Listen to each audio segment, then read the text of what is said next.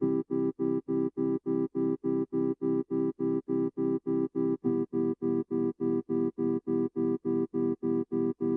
name is Nancy, and I'm a breast cancer survivor. My name is Catherine, and my father died of breast cancer. My name is Carol, and I have had breast cancer twice. I'm Danny, and I'm living with cancer. This is my husband, Josh, and he's my support team.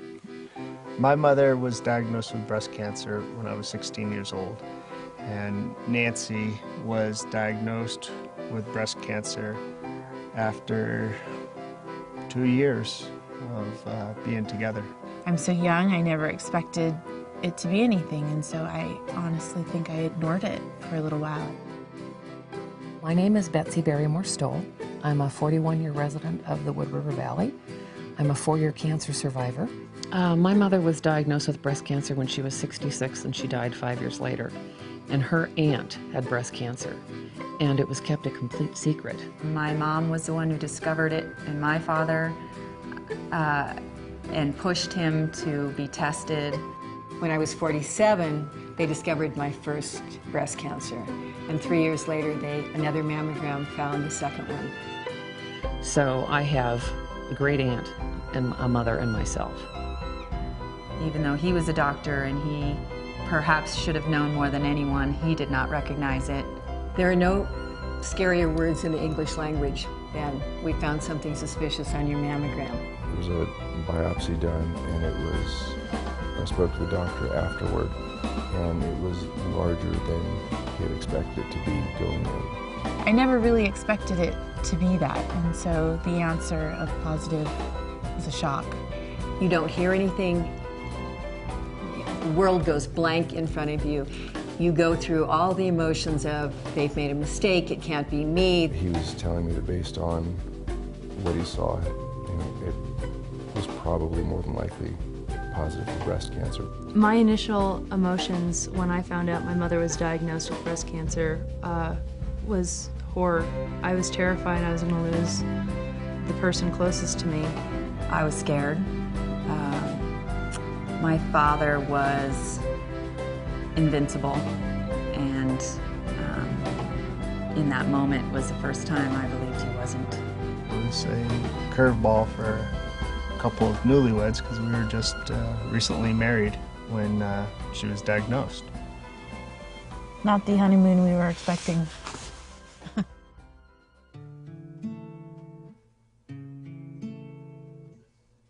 Part of what they're doing that is so spectacular in my book is that they have the open forum, bringing scientists and doctors and incredible scientific minds together from all over the world to share their information and trying to connect the dots as to how and why all this is occurring. It was an incredible experience to be in a room with several patients asking questions and be surrounded with the world's experts in breast cancer. That is so phenomenal, and we as the general public being allowed to go in person, into the seminar and ask questions of these researchers and scientists and doctors is really a gift to us. In the public forums, the basic scientists have been incredibly good at understanding the big picture.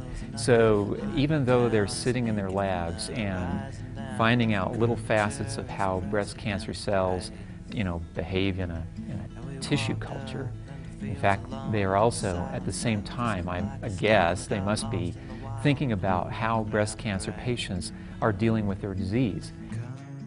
One of the really unique opportunities about the Exhibition Inspiration Symposium is that it brings together a small group of world-leading breast cancer researchers as well as clinicians, and this creates a really nice collaborative setting where we can discuss the latest advances in breast cancer research and treatment.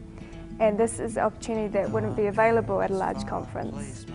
The consilience of ideas, where you take one idea in one field and suddenly find that it's relevant to another part of somebody else's research in a totally different way. And you put those ideas together and you get a synergy that you wouldn't have otherwise. It's remarkable to watch. So as a young investigator, this really was a great opportunity because normally this would bring together senior scientists who are already very well established, but this allowed me to come at an early phase of my career and gave me opportunities that I wouldn't have had until later in my career otherwise. Just from last year to this year, we've seen new ideas come about when groups that looked at each other and said, aha, I've got the data in a database and you've got the idea, now we can meld the two together. And then the next year comes back with a whole bunch of new ideas based on the melding of those two. It's been truly remarkable to watch. I think when I was diagnosed at first,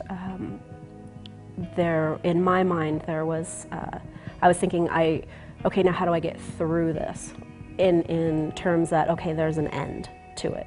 I had had a lot of surgeries, my children, you know, I kept thinking, okay, well, getting Aaron through school, getting us back home, getting through the cancer, that was kind of my first thought, and it was a little easier, I think, to focus on getting through.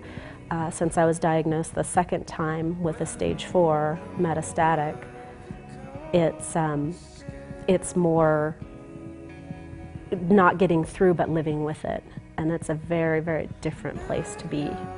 To know that, you know, it's not a through anymore, it's a getting through the day, getting through the year, rather than getting through this entire thing, because there's not a cure out there right now for what I have, and it's learning to live with the cancer rather than getting through it. The biggest regret, or what I didn't get, was a chance for my father to know my children. I think the thing that surprised me most about my mother when she was diagnosed with breast cancer was the strength that she showed. She was very inspiring, the way she carried through and how strong she was. It is not a difficult question to answer when you hear that someone has breast cancer or cancer, period. You go to them immediately and you just be with them.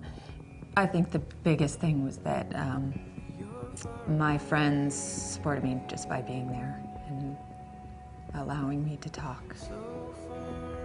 Just the overwhelming outpouring of love from our community. I can't think of another community I know of where people turned out in droves. I mean, almost total strangers would send cards or make a dinner and bring it over. I'm not scared of dying. I'm scared to leave my children and my husband and my family behind. And that's what consumes me, is who I'm leaving behind. Because I kind of feel like I've got the easy way out of this. I get to feel the pain, and I get to go through the motions, and I get to feel tired and sick, and they just have to sit by and watch. And it's very hard, especially with such young kids, because I'm determined that I'm not going to let this cancer take away their childhood. And that's what's hard for me. I think about my daughter, and I keep, I try to tell myself, well, in 2 years, my son will only be 7. That's not very old. Or if I die when she's in high school, that's when she needs me the most. The feelings overwhelm me, and I think about what it's going to be like, and how of him being a single father, and how much, how hard it's going to be on my kids when I'm not here, and the dying process when it does get to be towards the end. I don't feel like the doctors have anything unless the science has been able to give them a solution. For example, a diagnosis means nothing without the knowledge of what to do with that diagnosis. And I think for me, Expedition Inspiration focuses in that area, and that's what I want to support, is finding a cure. Laura just stood for hope. I mean, the possibility that anything was possible and it could all be accomplished. She had that kind of energy and that kind of drive, and that Expedition Inspiration is nationwide, involving so many people today. Her dream is alive.